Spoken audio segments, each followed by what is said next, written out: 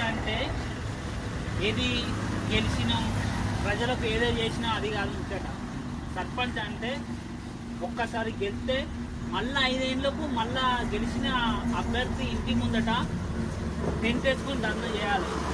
అంటే అలాంటి పరిపాలన ప్రజలకు అందియాలి సర్పంచ్ అంటే. వార్డ్ మెంబర్లు కానీ సర్పంచ్ కానీ ఉప సర్పంచ్ ధర్నా ఎందుకు చేయాలంటే ఇంత మంచి చేసినా నువ్వే మళ్ళీ సర్పంచ్ చేయాలని, నువ్వే మళ్ళీ సర్పంచ్ చేయాలి.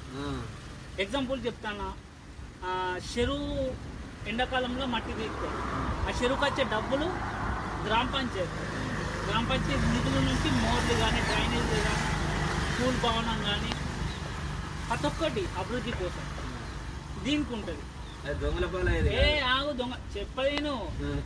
మినిమం ఒక 10 లక్షలు చెరువు నుంచి మనకు వచ్చిన గ్రామ పంచాయతీ దానికి కమిటీ వేస్తాం.